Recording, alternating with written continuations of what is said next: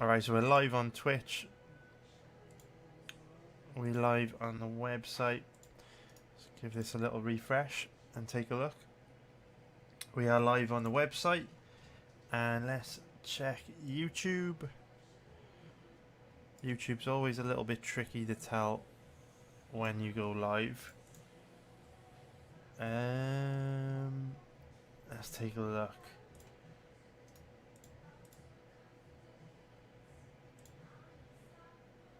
Boom. Okay, we're live on YouTube as well. What is up, everybody?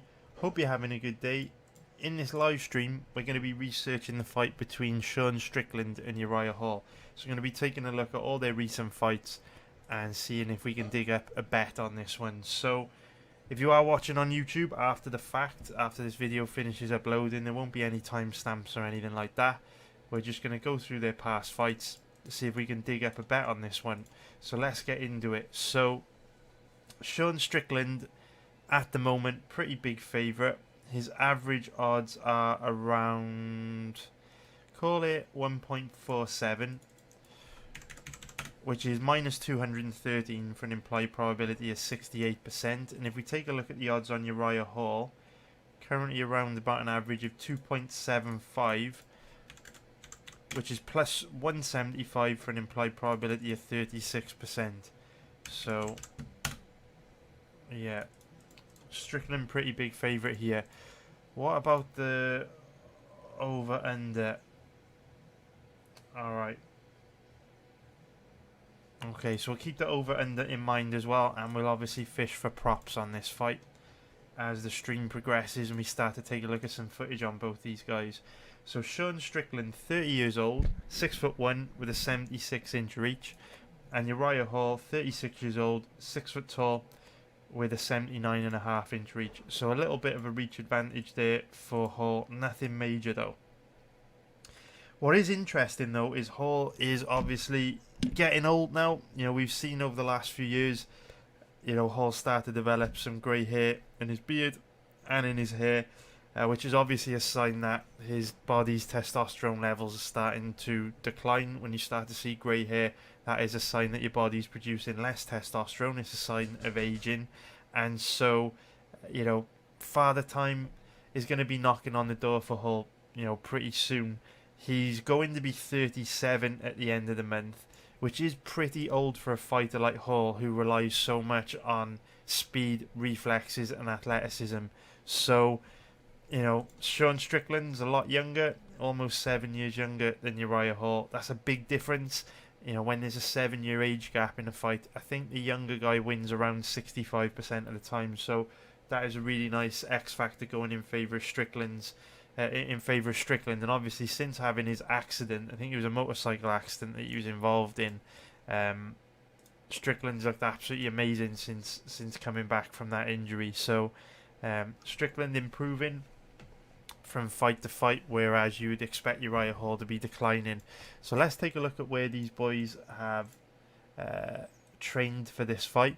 So Sean Strickland, let's take a look. Then Michael Chiesa. Might be Yan Wu as well there, actually. And you can see the Syndicate MMA branding in the background, but that might just be because they've travelled to Vegas for Fight Week. Obviously, we know that Syndicate MMA is one of the gyms in Vegas, and so is Extreme Couture. You can see the Extreme Couture branding in the background.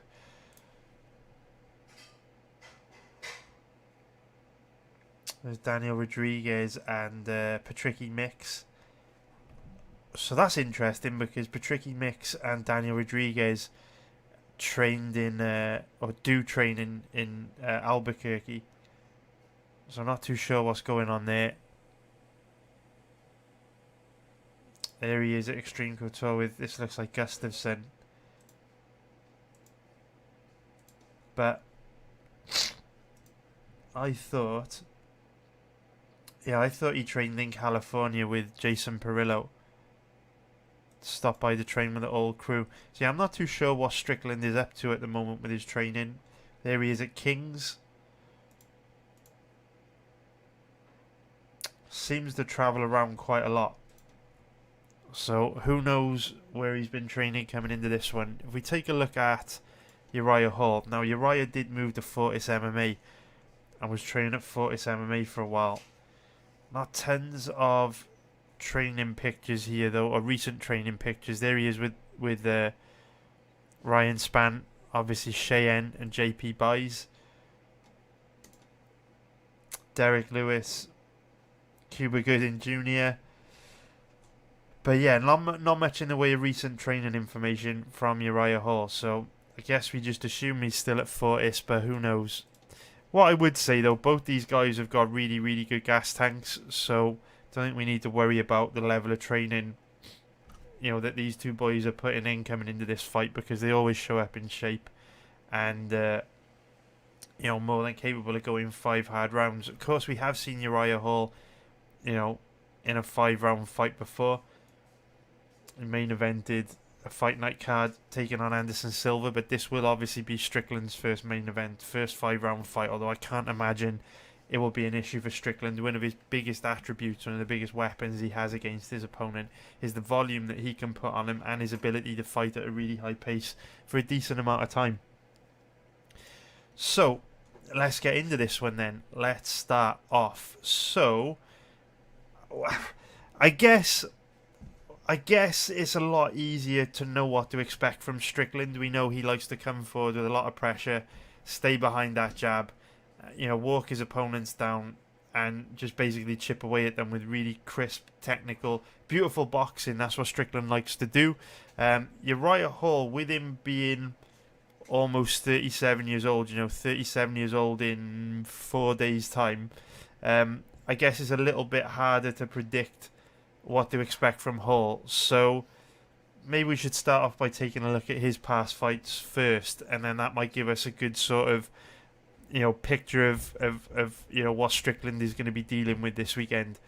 As a general rule, I'm not a big fan of betting on guys that are pretty old fighting young hungry bulls like Strickland, so I doubt I'll be betting Uriah Hall here, but you never know. It's probably Strickland or pass for me, but we'll see how it goes. So let's kick things off. God, if we were on Twitch, we could just bust out this Strickland. This Weidman versus Strickland. Weidman versus. Sorry, I was reading a YouTube comment, got caught up. What's up, underrated dude? What's up, Trey Commas? Yeah, let's just quickly check out the Weidman fight, even though it's only 17 seconds long. If I was trying to work out in my head whether I could get away with playing this on YouTube, but even 17 seconds long, it's likely to get copyright flagged. So if you do like these research sessions, please follow me on Twitch. You'll see a link in the description below, where if we were on Twitch now and not on YouTube, we'd just be able to play this. But on YouTube, copyright algorithm super strict, so we'll have to just check this out by ourselves. So guys, I'll share the link for the Chris Weidman fight on in all the comment sections and shit in the live chat section. So just everyone just watch this. 17 seconds. Let's see what happens. I'm gonna watch it now, and then we'll move on and we'll watch Anderson Silva against Uriah Hall. From memory, Uriah Hall didn't look great against Anderson. I think he was very passive, very tentative, and didn't perform well at all. So it'll be interesting to go back and watch that. I think that Lebot is saying that Sean's boxing defense looked bad against Allen. I think the thing about Sean Strickland is, because he's such a good boxer, he's very confident in his ability to kind of see shots coming and roll with them, ride them, and kind of take the edge off him just by slipping them and stuff. So, he is definitely there to be hit with how he fights with his hands low, but he's also a pretty fluid technical boxer. Oh shit. Well, there it is. Well, we just seen... Yeah, we don't need to see that again. Holy shit, that is not nice to see. That came at me real fast. Jeez, that was a short 17 seconds there. Very, very short 17 seconds. Anyway, let's get into Strickland. No, we'll watch Uriah Hall. Uriah Hall versus Anderson Silva, right? Let's check that out. So I'll drop the links in for you guys. So sync up the first round of this for me, boys. Sync up round 1 of this for me. Grab you guys the ESPN Plus link now.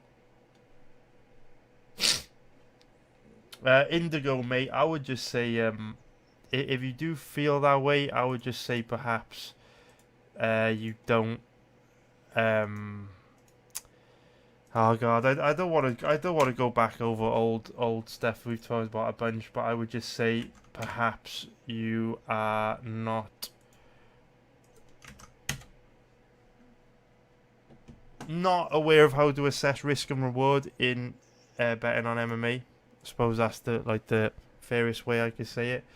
You know, and that's basically what we're doing here, right? We're watching a bunch of footage on both guys to try and see if either side has got a good risk to reward ratio in betting them. I feel all my bets have a great risk to reward ratio where they lose or not, or else I would be pretty shit at what I do, because I'd be wasting a bunch of time, right? We'd just be wasting time, spending an hour or two watching fights and coming to wrong decisions or bad decisions, which would make me completely shit and quite blind. I would probably need a stronger pair of glasses. So pretty confident every bet we go for has a really great risk to reward ratio. And so if you disagree with that, you're probably the one missing. You're probably the one that's missing the point a little bit, because I do research and you probably don't. That's all I would say. Anyway, let's get into this next one. So the Fight Pass link for this fight doesn't actually work if you're in Europe. It might work in some other places, so just bear with me for a sec, and I will grab a link to you, or a link for you, which will work. Okay, so I'll show you guys a little cheat code. So basically, the link for the actual fight, if you're in Europe, won't work on Fight Pass. If you put it in, it will just come up with this error message here. So what you have to do, if ever you get that error message, is search for the full event video. So obviously, it is Uriah Hall against Anderson Silva. So we'll pop in Uriah Hall's name. Then we have to just scroll down, try and find the full event video, which is there. So we'll pop this back over here so we don't get copyright flagged. Like I say, it may work for you in some territories, but it won't work for you in Europe. So if you are in Europe, there's the new link you need. Bring up the full event video for me, which is there. And there. And what's up, BJ? What's up, Baxy? Good to see you, mate. What's up, boys? Alright, so sync up the first round, whether you're on ESPN Plus or wherever link you're on with Fight Pass. Sync it up, boys. I won't give you an exact time this starts. If you haven't watched one of these fight research sessions before, we do it Joe Rogan Fight Companion style, where we use a countdown timer.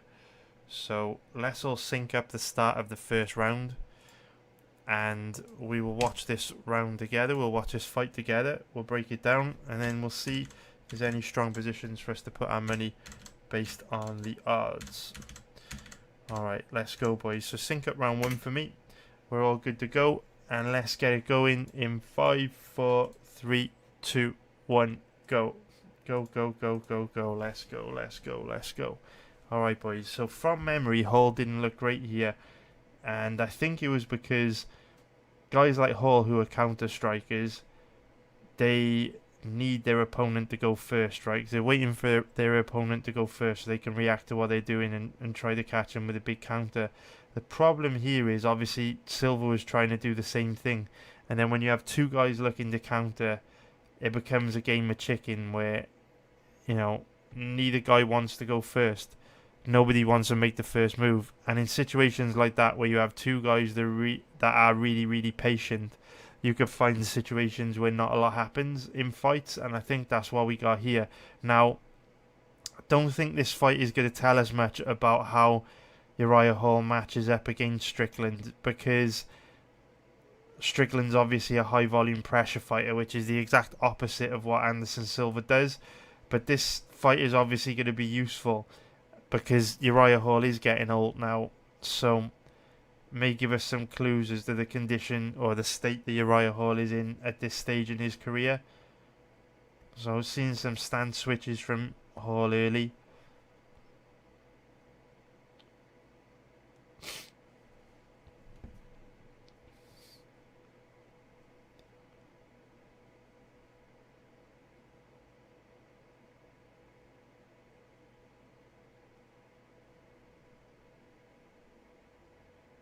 Both guys laser focused on each other.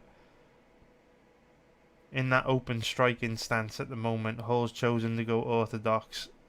Silver's chosen to go southpaw. Of course, Silver is predominantly a southpaw, but he'd also switch stances from time to time. What's really interesting about these two guys is notice how when the other lands a strike, they immediately try to get it back. If you notice, like every time someone lands a leg kick, the other dude comes forward then to get their own leg kick back. It's like they don't want to be edged here. Or, almost like it is point fighting at the moment. They have a lot of faith in MMA judges if they think judges give a fuck about who's slightly edging who. We saw this past weekend, judges fucking in easy fights, fights that are easy to score, they still get it wrong.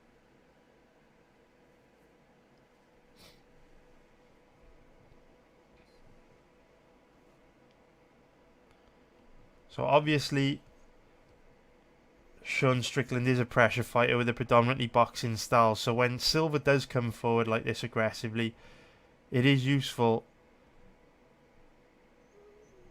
to keep an eye on not only how vulnerable Hall is when pressured, but also how dangerous he is with counters.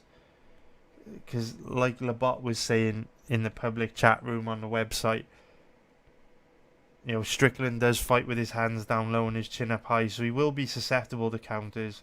From memory, though, Hall's much more of a kicker than a boxer. I can't remember too many fights where Hall has actually just knocked people out with punches, right? Kicks tend to be his most dangerous weapon. And it's hard to land counters with kicks, because if you're being pressured, you don't really get the time and space to set them up. So in this range, when Silver starts to pressure, I'm really looking at how much success Hall has countering, how much danger Silver is how much danger is Silver in when he comes forward. You gotta remember, man, Silver's like 41 here, right? He doesn't like it, right, Matern? Doesn't like it, dude.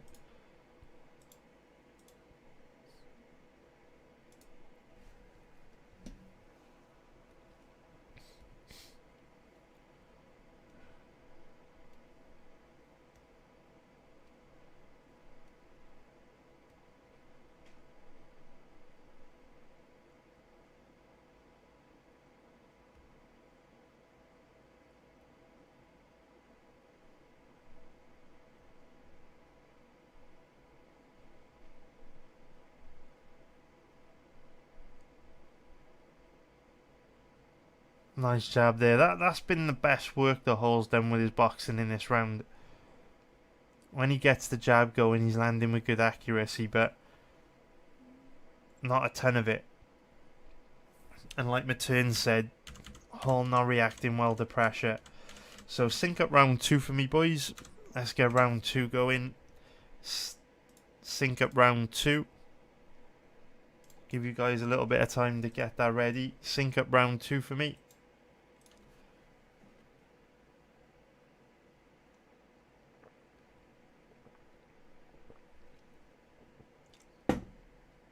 And let's get it going in 5, 4, 3, 2, 1, go.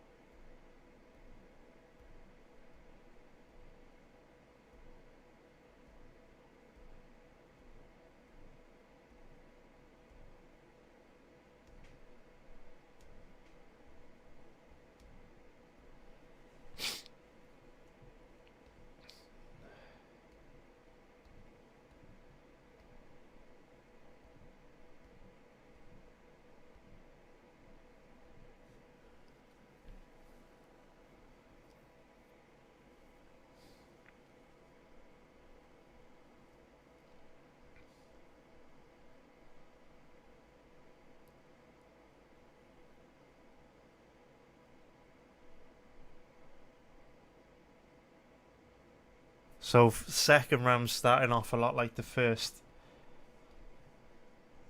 Feeling out process where no doubt Silver will get gradually more aggressive as the fight wears on. Or the round wears on, sorry.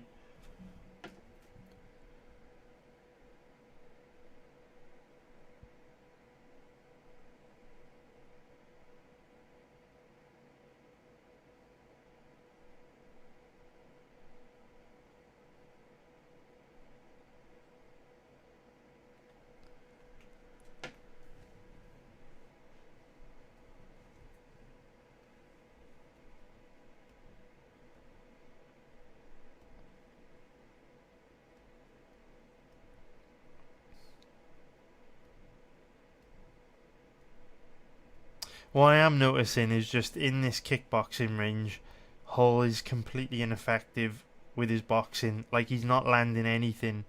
Like, zero punches in this range. He's only landing punches when Silver's coming forward and working onto his jabs. Just not effective in this kickboxing range at all. I mean, Strickland's not really going to want to fight him in that range. He's going to put pressure on him, try and put him on the back foot. But Hall just not landing a lot while we wait for this stoppage to play out. Yeah, from memory, Bevon Lewis was kind of beating the brakes off him as well, right? Didn't react well to pressure against Paulo Costa.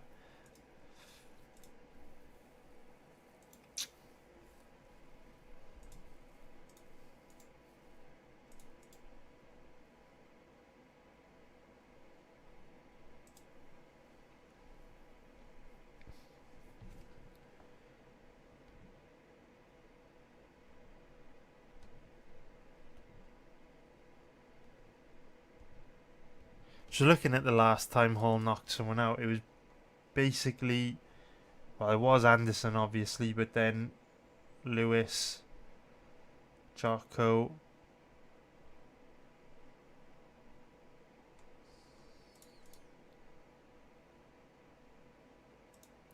Bot. I don't think the fight will be fought in the clinch, man. I don't think either of these guys will be interested in the clinch. Both these guys just like to strike. I don't really see this fight being fought in the clinch at all.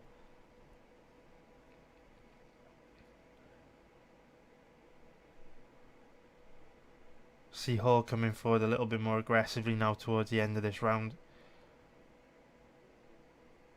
Doing exactly what Silver did at the end of the first.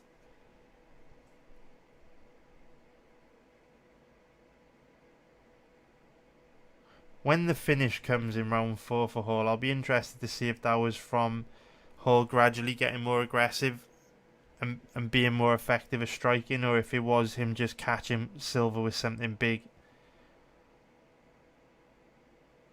At the moment, you know, we're almost 10 minutes in and Silver hasn't been in any danger at all.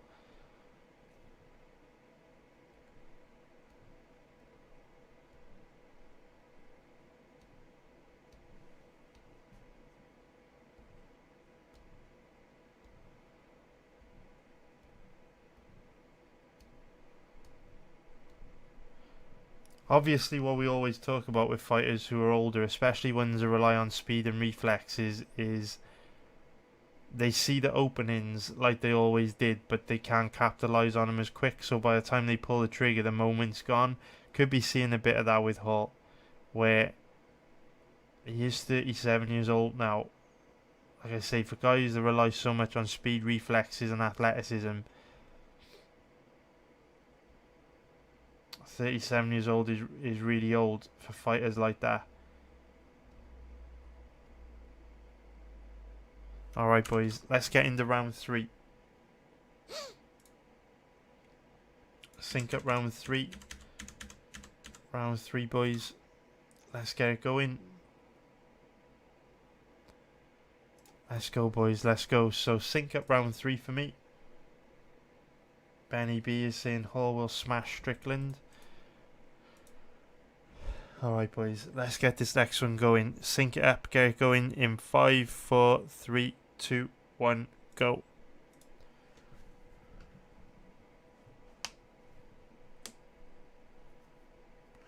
Yeah, from memory, Strickland's chin is brilliant hilt. I don't think he's ever been... He's been knocked out one time, right? I think by Elijah Zaleski dos Santos.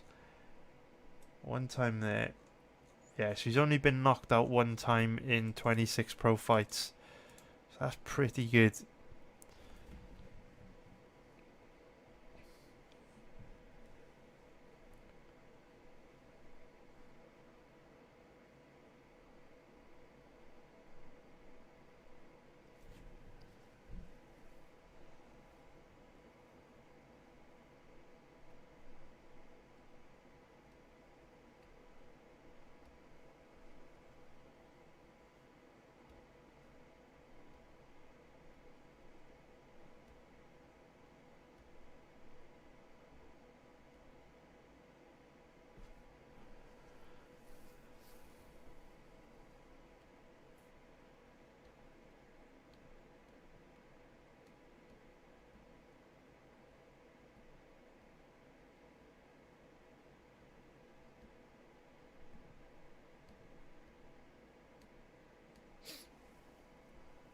Every round starts the same, right?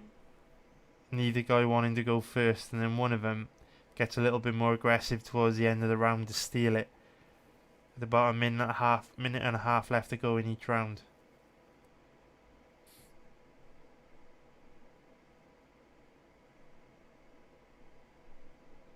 They're both fishing for the head kicks, but it's so difficult for them to land it because they're not really setting them up with anything else. They're kind of throwing it cold, which makes it easier for the other to read the head kick is coming.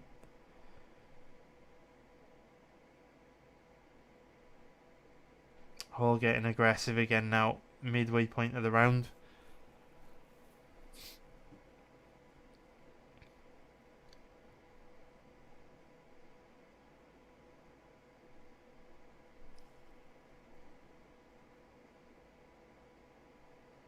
Very telling for me how Hall does not like pressure, because we know Strickland's a high pressure fighter. Also very telling for me that Hall's not really effective at all in this kickboxing range, which means there's very few areas of this fight against Strickland where Hall's likely to have success, at least based on this.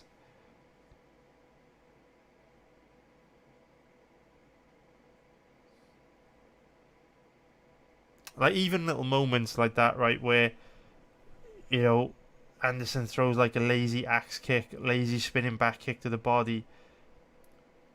Hall manages to evade it and react to it, but doesn't fire back with a counter. It's almost like Hall is just off a little bit, just off the pace a little bit, not as sharp as he used to be. You know, usually, or in the past, one little mistake like that with Hall, and he'd be able to punish you by landing a kill shot, whereas here he just seems quite slow to react to Silva. That is a sign of father time. Like, even there you see it, he throws that counter left hand, but just a little bit too late, right? Silva slips it. Just almost like Hall's lost a step.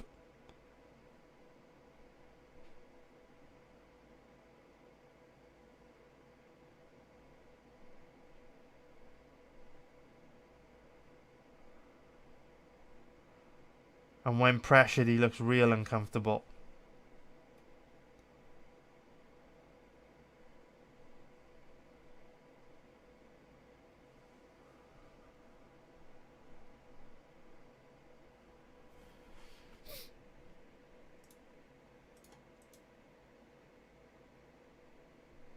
Yeah, I agree, Brett. Brett is just saying that. Looks like a really tough fight for Hall. I do agree, man. I think the fact that Hall is struggling when pressured against the cage so much isn't a good sign against Strickland, because we know Strickland's extremely good at putting opponents onto the back foot and landing while moving forward. Likes to use head movement and footwork just to fight his way inside and then just get his hands going. Like, even here, you know, Silva's standing right in front of Hall, trying to bait him into these exchanges, and eventually lands a right hook to sit Silva down. But up until that, Hall not looking particularly accurate. Alright, boys, let's get into round 4. So sync round 4 up for me. I think that we're not going to have to watch much footage on Strickland here because Strickland looks the same in every fight. We know exactly what he's going to try and do, but it might be worth going back and watching Hall's fights against Bevon Lewis in particular, and maybe Shoeface, just to kind of see how dangerous he is against, you know, guys where, you know, like Hilty said, you know, he won't be starstruck against. Do you think it can go the distance? It can go the distance. I think it's more likely to end inside the distance, though, just because with Strickland being a high-pressure fighter, he's going to force Uriah Hall to engage.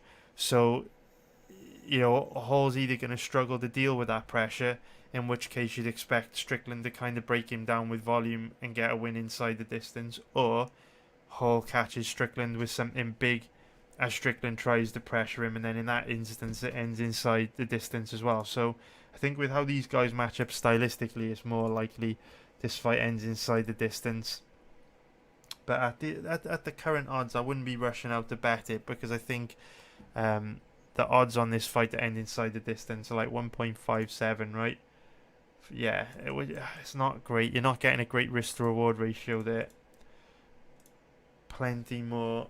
Well, we could find stronger positions for us to put our money than that. Alright, boys, let's get into this fourth round. Get it going in 5, 4, 3, 2, 1, go. And then I think if we just watch a little bit on Strickland, I think one Strickland fight, maybe 1 or 2 Strickland fights, and then we'll have a pretty good idea of what to expect from Strickland. Of course, we watched him last week when we researched that Brendan Allen versus Punahele Soriano fight. So Strickland, maybe that's why Strickland's a little bit fresher in my mind in terms of what to expect from him than Hall. Did watch a bit of Strickland last week. Oh, big old card this week, boys. Loads of fights to get through.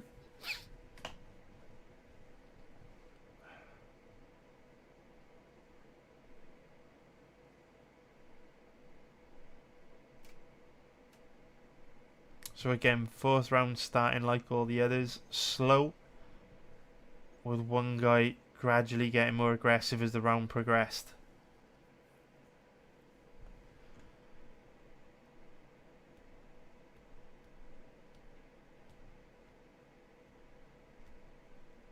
As the fight's worn on, Hall's got a bit more aggressive, which is something for us to bear in mind. You know, in a 5-round fight against Strickland, perhaps Hall will start strong against, or slow against him. But it's those, you know, short little left hands there, right, on Silva to drop him. What Strickland needs to be careful of, with how Strickland does have a tendency to fight with his hands down low, chin up high. Hall could definitely catch Strickland with something on his way in. So let's go take a look at Strickland now. We'll watch his last fight against Krzysztof Jotko.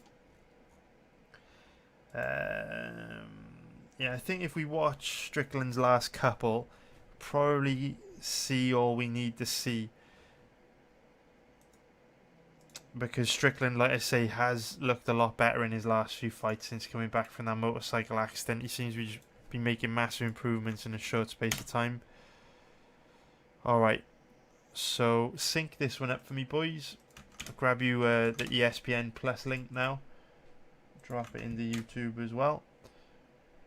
So sync this one up, guys. Get first round going at Jotko versus Strickland, and we'll take a look at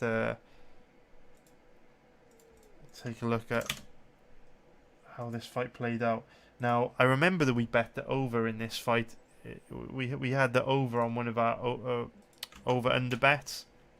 It will be interesting to go back and watch this fight in the cold light of day, because watching the fight live, I remember sweating the over pretty bad because Jotko got hurt a couple of times. But I know, you know, from over the years, usually when you watch fights back in the cold light of day, they were nowhere near as dramatic or as close to being finished as you thought they were at the time. So let's get it going. Sync up round 1, Strickland Jotko. Let's get into it. Let's go, let's go. And I'll also just let you guys know that there is a bit of a change to the website this week. So Matern came up with an amazing idea earlier on, where obviously we've had a lot of success with these even money bets over the last sort of 18 months. Over the last sort of 18 months, we've built up a sample size of 225 bets. We went 4-1 last weekend in Imavov, Allen, Elkins, Barber and Goldie. And so this month, that actually takes our profits up to, I think, about 26, 27 units on these even money bets. Obviously, this profitability chart hasn't been updated yet, but when it does get updated, you know, it's going to be up here somewhere around about 27 units when you take into consideration our profit and loss from July. So this profitability chart will be updated by Hiltzy at the end of July. And because of that, it's now graduated from the lab. Remember, when we set up the lab, it was to experiment with different kinds of bets to try and, you know, increase our profitability betting on MMA. So now, if you come to the lab looking for even money bets, you won't find them. They've moved. Obviously, they've got their own page under the betting tips section. Don't have any even money bets in for this week yet. We will have soon enough. And then obviously, if you go to pre-fight betting tips and you scroll all the way down to the bottom of the page, you'll see that the even money bets are now located on the pre-fight betting tips page. However, they have been replaced by Matern's fucking amazing idea. So we were on a stream earlier on, and Matern said, you know, we've had so much success with even money bets on, you know, betting on which fighter is going to win or lose. Why don't we try doing it for over-unders as well? So I've now added in another brand new experiment for this week. We can see the database is empty, profitability chart is empty, and now we're going to be doing an even money experiment on over-under bets, or fight does or does not go the distance, kind of the same thing, right? So from this week, we're going to be doing, you know, we're going to be forcing bets into this database on any fights in the even money odds range for over-under bets, and I'm really, really hoping that, you know, we can do, you know, the even money bets have performed well. It's a beautiful looking chart here. But I'm hoping we can do even better with the even money over-under bets. So they're brand new for this week, guys. New experiment. We'll see how we do. And so, yeah, if you're looking for the even money bets, boom, you can find them over in the pre-fight betting section now. This is a big enough sample size for me to trust these. And I was saying in the VIP chat earlier on that I'm working towards just basically betting £1,000 on every single even money bet, because if we would have done that, or if I would have bet £1,000 flat on every single even money bet over the last 18 months since we began this experiment, I would have made like £27,000 tax free for doing absolutely nothing, which is a pretty good sum of money, pretty good return, you know, in just 18 months. So yeah, boys, that is my plan. Even money bets have now graduated to be taken a little bit more seriously, and they've been replaced with an exciting new experiment. So shout out to you, Matern. I think that experiment is a brilliant idea. And yeah, thanks for suggesting it, Matern, dude, because I get so busy all the time, I struggle to like think of stuff like this, but it's a no-brainer. And you know what, with how good our win rate is on over-under bets, I think we could actually maybe do even better on these over under even money bets. So yeah, nice one, boys. So if you're looking for even money, they've moved to a new home. Nice one, Alan, dude. Thanks a lot, mate. Nice one, Alan, dude. Alright, boys, let's get into this first round. Jocko Strickland, get it going in 5, 4, 3, 2, 1, go. Let's go, let's go. And I do think we've got a good number of fights this week that are in the even money odds range for over-unders. So that means that we can add a little bit of life into that profitability chart by the end of July. Hopefully good life. Hopefully it starts off with a profit. Realistically, it would probably be smarter to wait a week and like start the experiment at the beginning of August, just so you have like a full month of results in the chart. But who cares, man? We may as well start this weekend.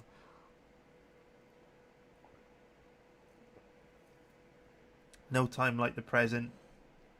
You know what I mean? No time like the present, man. So obviously here we see Strickland coming forward, hands down low, chin up high. Quite flat-footed as well. So what I'm looking at here is, with Strickland being quite a flat-footed guy, I'm looking at, does he do a good job of cutting the cage off? Because you know Hall's going to be looking to circle away from him as he comes forward. You know, how much success does Jocko have circling away as Strickland comes forward? Because if Strickland's not going to be able to cut the cage off, it's not as big of a deal that Hall might struggle with pressure.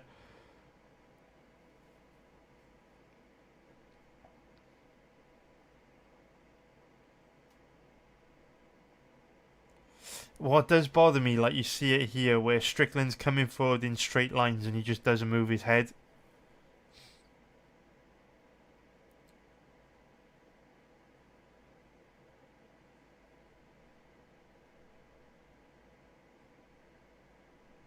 Notice how Strickland is like following Jocko in straight lines. He's not really cutting the cage off.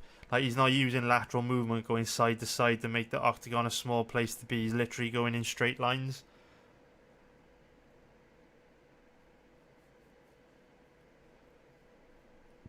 Yeah, this is looking like a pass for me, boys. This one's looking like a pass. I'm not interested in betting Hall, 37 years old, passive guy, on a decline. But like literally in 2.5 minutes, I can see that there's not really much upside in betting Strickland here at these odds, because he's not doing a very good job of cutting the cage off here. And he is like there to be hit, man. Look as he comes forward, chin up high. You know, you've only got to make one mistake against Hall. He can end your night.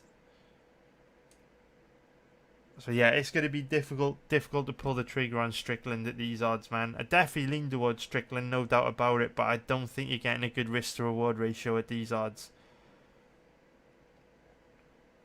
He kind of does the same thing we see Todorovic do, right? Where he kind of leans back, like relies on his ability to read his opponent and slip back with head movement to get out of a range where he can be hit.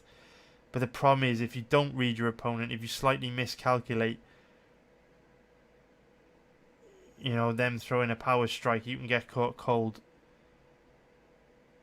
It's mad though, Strickland's style of striking is like a much more technical version of Ben Rothwell's. There's a lot of similarities in like Strickland's stance, the way he moves, even the way he kind of blitzes forward with those straight punches. But Strickland's not looking quite as sharp here as I remember him being.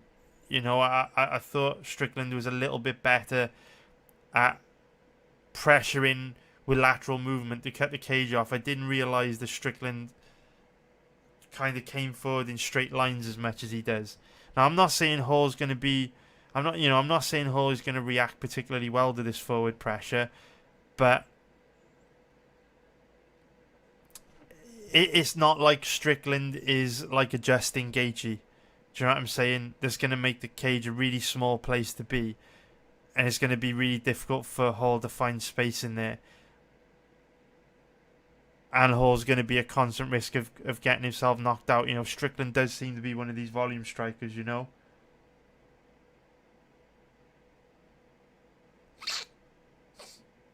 So yeah, let me know what you think about this one, boys. Obviously, we haven't watched tons of footage so far, but sometimes you kind of just know. Do you know what I'm saying? Like, sometimes you don't need to watch tons of footage to know what we're dealing with, especially when you've got guys like Strickland who are very consistent. They kind of fight with the same style in every matchup. They don't really switch things up too much. Like, this is literally what Strickland does, right? Plods forward, puts a lot of pressure on his opponents and tries to chip away at them with volume strikes. This is literally Strickland in a nutshell. And the same goes for Hall. We know he wants to back up, circle away, and land a fucking nuclear missile from the outside. So sync up round 2 for me, boys. So round 2 starts at 7 minutes 23. Yeah, that's a good way of putting it, JB, mate. That is a very good way of putting it, man. So sync it up for me, boys. Let's get round 2 going. Indigo Ginzo is saying Hall is Strickland's first test at an upper level-ish competition, but I don't think this fight is as clear-cut as the odds make it out to be. Stublord is saying, what's up, guys? Hey, good to see you, Stublord, mate. Indigo Ginkgo is saying, do you bet on Bellator events? This weekend's Bellator seems far more compelling than this week's UFC. I do bet Bellator when I have time, but I don't think I'll have time this week because this UFC card is pretty massive. So if you think about it, we do a research session like this for every single fight on a UFC card, so it can be quite time consuming. After we're done with this fight though, I'm probably not going to spend too much longer on this one. I think this one's a pretty easy pass. After we're done with this one, I'm going to go and do a double research session. We're going to do Cheyenne Bays versus Gloria De Paula, and we're also going to do Ashley Yoder against Jin Yufrey in a double session, because obviously De Paula fought Yufrey in a UFC debut. I won't be streaming that on YouTube because we want to watch some of De Paula's fights from before she came into the UFC, which means if I did that on YouTube, probably get copyright flagged, whereas Twitch is a lot more lenient. So if you do want to watch the research session for those two fights, find a link in the description below for my Twitch channel, and we'll be getting into those two fights as soon as we're done with this one. But this one's looking like an easy pass for me, man. Sometimes you just know, based on how both guys match up, because you look at Hall, pretty big underdog, but do you want to bet on a guy who's quite passive, 37 years old? Father time is going to be knocking on the door. He's going to be declining from fight to fight, which isn't good for a guy that relies so much on speed and athleticism against a young, hungry bull like Strickland. But Strickland, big favourite, there to be hit. Fights with his hands down low, chin up high, not particularly good at cutting the cage off. I'm not interested in this one, man. Not interested in it. JB is saying, I would really like Strickland if he fought to win, but kind of like what he did with Marshman. He may just challenge Hall to a firefight. Yeah, that's a good point, man. We won't watch it because, well, like JB has mentioned, it's fresh in JB's mind, it's fresh in my mind. If you guys remember in the Jack Marshman fight, in the third round, he literally beat the brakes off Marshman, and so he just started coming forward, kind of like inviting Marshman to hit him, which was a huge mistake, because even though Strickland completely dominated and outclassed Jack Marshman, it showed really bad fight IQ from Strickland, because we know Marshman does hit really hard. For all of Marshman's weaknesses, he built a bit of a reputation for being a knockout artist. He does have power in his hands, and so that to me showed bad fight IQ. It showed that Strickland is willing to take risks, and obviously in his post-fight interview he said that he did it to try and make the fight more competitive, to give them both a chance of winning that $50,000 fight of the night bonus, which to me is just bad fight IQ. Like JB said, you should be fighting to win, not fighting to put on an entertaining fight and put yourself at risk of losing. So yeah, man, it's not good. It's not good, Morpheus saying, you guys spend ever feel like there's some fighters you can't bet against just because their unpredictability factor?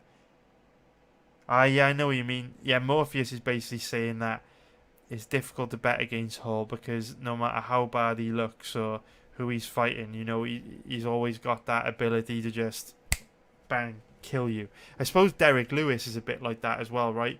Even though Derek Lewis is like a low-level guy, so hard to bet against him because he just carries enough power in his hands to death shot anyone in a division on his night. So yeah, I know what you mean there, Morpheus, dude. Matern is saying, would it help save you some time if I put in each fight on the database for the over-under money experiment each week? Oh, now that would be fucking really helpful, actually, dude. Yeah, that would help me not forget which fights we've got to do.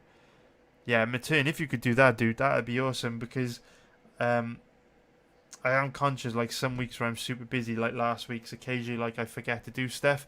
So, last week, I forgot to put the bet on Sandhagen into the main event lab experiment, and I only realised that when I was doing the performance review on YouTube, and I was like, oh shit. I scrolled down to talk about it, and I was like, oh fuck, I haven't even added it. So yeah, that would help a lot. Cheers, Matern, dude. Strickland, yeah, Strickland was fighting. I'll give you a chance, Jack. Right, walking him down, being a fucking lunatic. And yeah, I don't like that sort of thing. You know what I mean?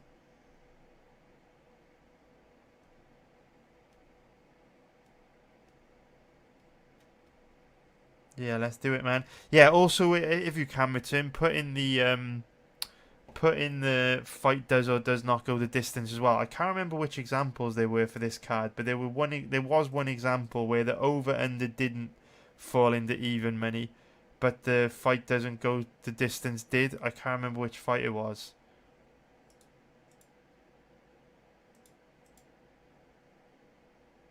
Yeah, it's this one, right? So for like Colin Anglin and Melsik Bagdasarian, the over under wouldn't be in the even money experiment because it's not in the odds range, but the fight goes to decision, doesn't go to decision is. So then I would just do them.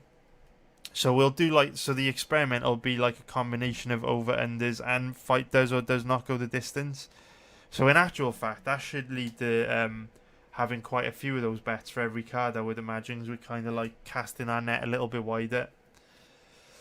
Anyway, boys, let's get round 2 going. Strickland versus Hall.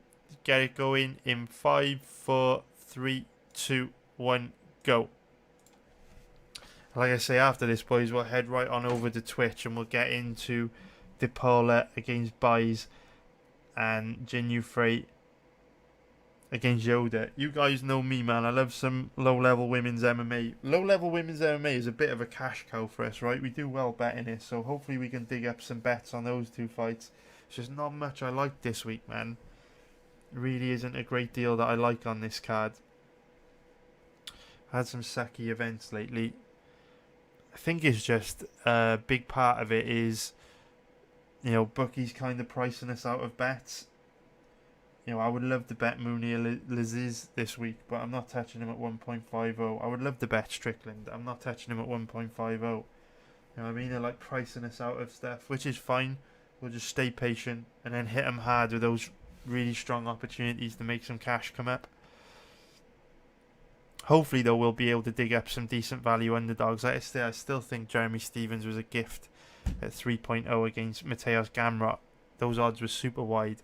Hopefully, with 13 fights on the card this week, we can dig up more bets like that where a little bit of wiki capping's gone into the odds making and we can find some really juicy, decent value underdogs, because we didn't really have any on the last card. And there's none like jumping out at me at the moment, you know, when I scan through all these fights. But hopefully the fight footage will throw some up for us. Hall definitely isn't it, and neither is Nicholas Stoltz. But we'll keep digging, man. I mean, Gloria DePaula is a pretty big underdog against Cheyenne Bays right now. Going into research, I am leaning towards Cheyenne Bays, just because from memory, DePaula's takedown offense and ground game is just non-existent. But, you know, I know Bays isn't great either, so, you know, maybe we'll find something in DePaula, you know what I'm saying? We'll see what happens, you know. We will see. We will see.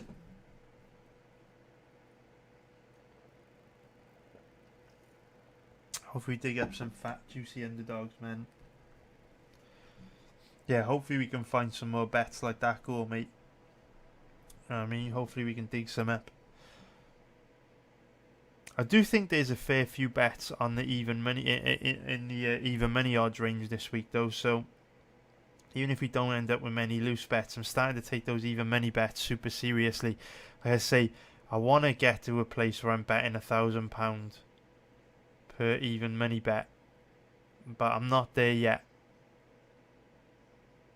Like, my plan for that is, what I'm going to do is basically set up a separate exchange account just for even money bets, and I'm going to start filtering profits from live betting into that account.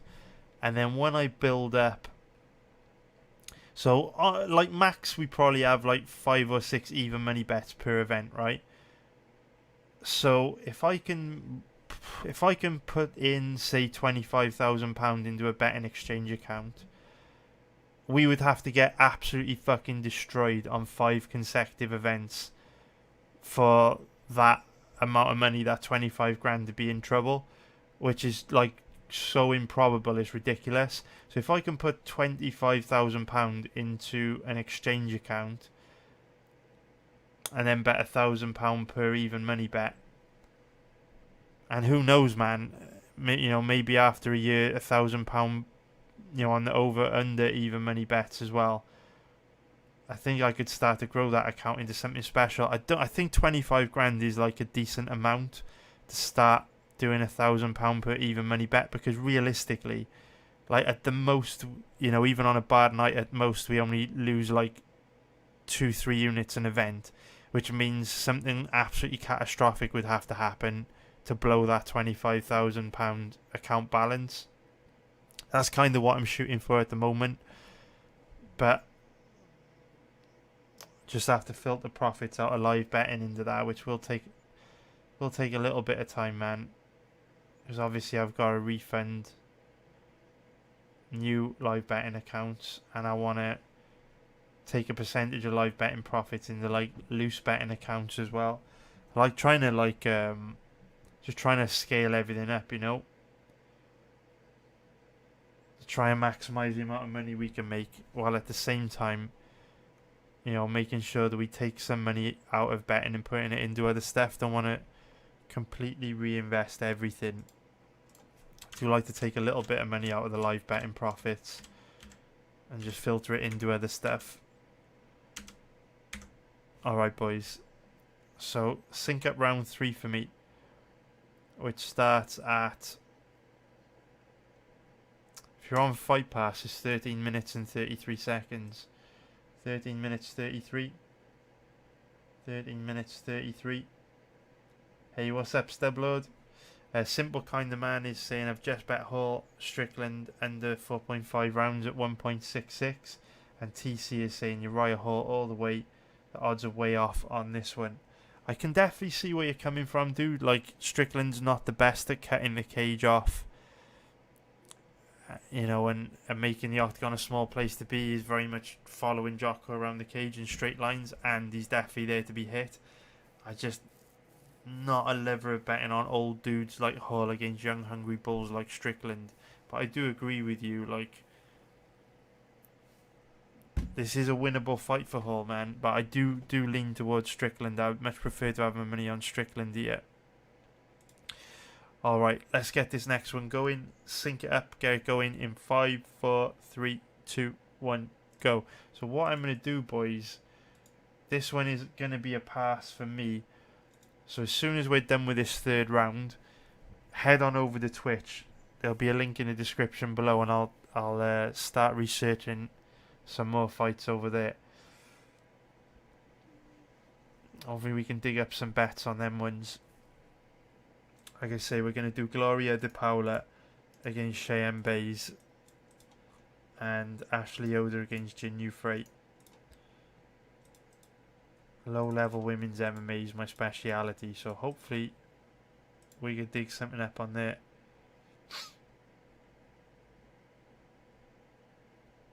Yeah, man, basically in live betting, the odds react to basically how the fight is going, so odds change all the time. They become suspended if like big stuff happens in a round.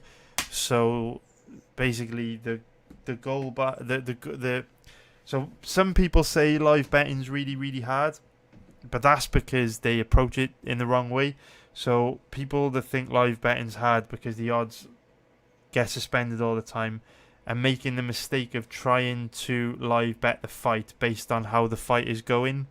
In terms of, if one fighter starts to clearly do well, that's when they want to go and live bet him, because it's obvious that fighter's doing well. But then when they go to bet that fighter, they'll find that either the odds are very bad or the odds are suspended. The goal of live betting is to live bet fighters before it becomes obvious to everyone else that momentum is about to swing in their favour. That's basically how it works. So then live betting doesn't become as like it is, at times still difficult to get bets in, don't get me wrong, but you're basically placing bets when you're it's kind of like a race, I suppose. where you're trying to get in as early as possible on the fighter who's likely to win a lot of the time. Not always early. Sometimes there's momentum swings and, fights ebb and flow. But generally what you're looking at doing is getting your money in on a fighter who's very likely to win a fight before everyone else realizes they're very likely to win a fight. That's basically like the core strategy for it. So yeah, I think that's why a lot of people find it difficult, because they're reacting to what has happened instead of trying to preempt what is about to happen.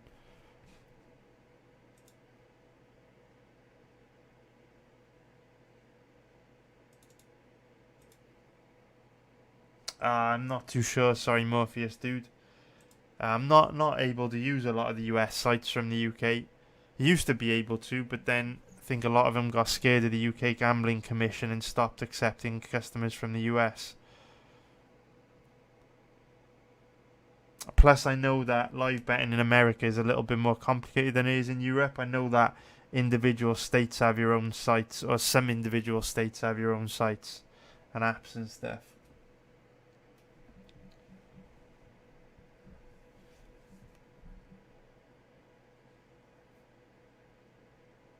What is very concerning to me about Strickland here is when he does come forward and let his hands go, he doesn't move his head. Which means he is going to be very, very susceptible to the big count as a whole. I do think that if Hall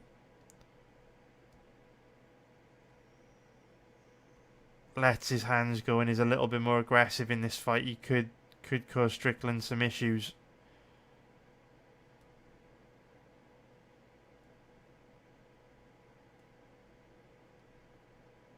Kind of see it there, right? Strickland getting his head snapped back with our lead right-hander Jocko. So anyway, boys, we're going to call it a day there, I think. And we'll move on over to Twitch. Oh, fuck. I've just seen the Lazez's. Are you joking? Apple, man. Fuck. Man, this card is cursed. Literally, Apple, man, we've only researched one fight on this card, and it was Lazez versus Stoltz, and now Apple, man, is saying that fight's cancelled. No way. Fuck's sake, man. Of all the fights we could have picked to do, you gotta be kidding me.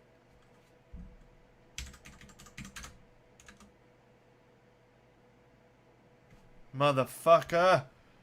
Literally, boys, like earlier on. That's so fucking annoying.